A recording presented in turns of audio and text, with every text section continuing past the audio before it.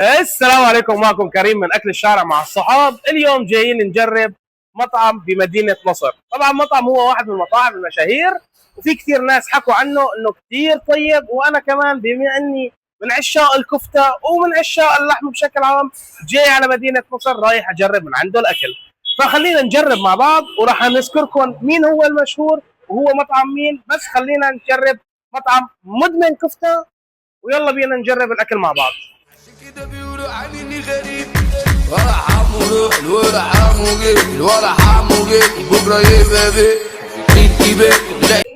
طبعا طلبنا من عند مدمن كفته، صار جاهز، والصينيات الحلوه والحواوشي والكباب. طبعا عامل مدمن كفته عروض كثير حلوه لنهايه كاس العالم، عامل على المنيو كله خصم 10%، وعامل على 3 سندوتشات تاخذ الرابع هديه، وعنده على الكفته والحواوشي خصم 25%.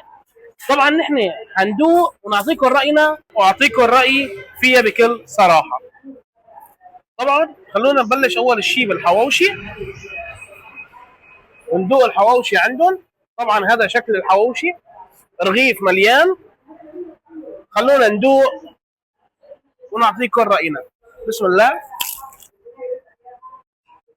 طبعا عندهم الصينيات، الصواني عندهم حسب الطلب، تطلب على كيفك وبنزلوا لك. طبعا كثير كثير لاحظت عندهم كرم، وانا المطاعم اللي بتكون كريمه صراحه بتعجبني. كطعم حواوشي، لا طعم حواوشي طيب، فيه قرمشه، طعمة الحواوشي طيبه ودسم. بما اني انا من مدينه حلب فنحن بنحب الدسم كثير. خلونا نجرب الحواوشي مع الطحينيه. شيء مميز عندهم الطحينيه مو مبرغله، يعني الطحينيه طيبه وما هي مخلوطه مع عيش او مخلوطه مع اشياء ثانيه، لا الطحينيه طحينيه طيبه، طعم الطحينيه نفسه طيب.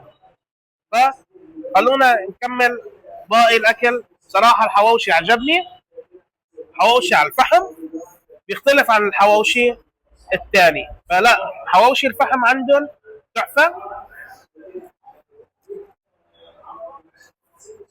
والكفته عندهم مثل ما انكم شايفين طريه، ريحتها كثير طيبه. تمام. وانا تعجبني المشاوي المصريه بشكل عام، لانه يعني بتحس الدهن فيها متناسق وطيب، فهي لا. خلونا ندوق. طعمة الكفته كثير طيبه. راح تلاحظوا انا من الناس المدمنين ايش؟ لحم. انا بما اني بحب اللحم كثير، فراح تلاقوني انه اغلب اللحمه راح تعجبني، بس مو اي لحمه بصراحه. فلا هي كطعم لحمه طيب كثير. خلونا ناخذ واحد ثاني وندوق. بسم الله.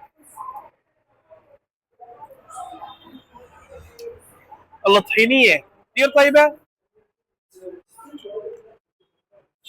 ناخذ لقمه رز، ناخذ لقمه رز، نحط له قطعه لحم هيك، ونقول بسم الله.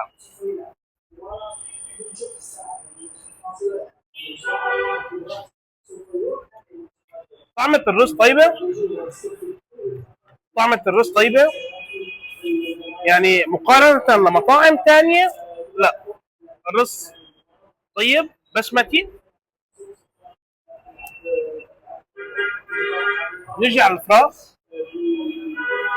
ناخذ شيء من الفرخة، صدر فرخة مثل ما انتم شايفين نظيفة. انا بحب اشم الاكل مشان اشوف اذا فيه زفارة ولا لا. اذا الاكل فيه ريحة زفارة او زناخة انا ما بحب اجربه او ما بحب اكله، ما راح اتهنى بالاكل بصراحة. فلا، اللي بيعجبني دخلت صار عند اكثر من مطعم وما لقيت فيه نكهة او ريحة زفارة. فخلينا نجرب مع بعض ونقول يا رب بسم الله.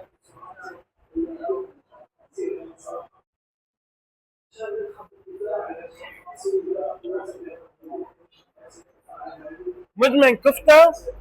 طبعا بودي اللي هو صاحب المطعم شكله عن جد مدمن كفته، لانه عم يطالع كواليتي اكل عالي. طبعا في ناس كثير بدها تفكرني هلا انه عم بطبل او شيء، بس لا، انا طعم عجبني بصراحه، لا ومبسوط بما اني من عشاق المشاوي ومن عشاق اللحوم. فلا،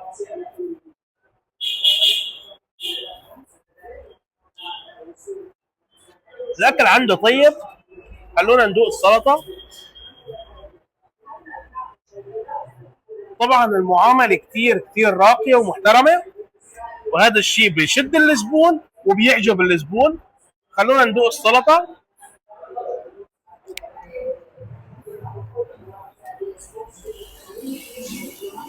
عن جد في شيء انا بحبه من المطاعم المصريه بشكل عام، عندنا السلطه على طول بتكون فريش.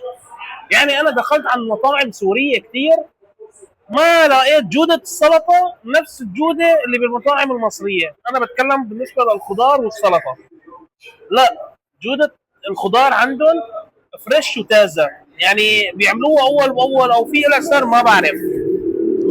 يعني حتى مية السلطة لها نكهة ثانية. فلا، أنا مثل ما بقولوا بحييه. لا، شغل عالي بصراحة. والفراخ حلوة ونظيفة زي ما انتم شايفين، ومستوية. البهارات على الفراخ ظاهرة، وطعمة الفراخ ظاهرة. يعني الفراخ مش شكلها أكيد فريش، أكيد طازة. صراحة أنا انبسطت بهي الصينية، وحابب أغوص بالأكل أكتر وأشلح الجوانتيات وآكل بهنا أكتر. فأنا برأيي تعالوا وجربوا مطعم مدمن كفتة، مش رح تندموا. ممكن تدمنوا اللحمة، للناس اللي ما بتاكل لحم ممكن تدمنوها. فلا، مثل ما اقول تقييمي لأنا 10 من 10، مش مجاملة. بس طعم الكفتة كثير كثير طيب، والفراخ طيب، والحواوشي كثير زاكي، أي بالفلسطيني، وكثير طيب بالسوري، وبالألماني زي لكا مثل ما بقولوا. كان معكم كريم من أكل الشارع مع الصحاب. ولا تنسوا الاشتراك وتفعلوا زر الجرس واللايكات وتعليقاتكم، واي شيء بتحبوا تضيفوا لنا اياه بالتعليقات، او اي ملاحظه بالنسبه للصفحه اعطونا رايكم بيهمنا. ولا تنسوا الاشتراك واللايك وتفعلوا زر الجرس. كان معكم كريم من اكل الشارع مع الصحاب، وبتمنى الكل يجي ويجرب مثل الكفته. والسلام.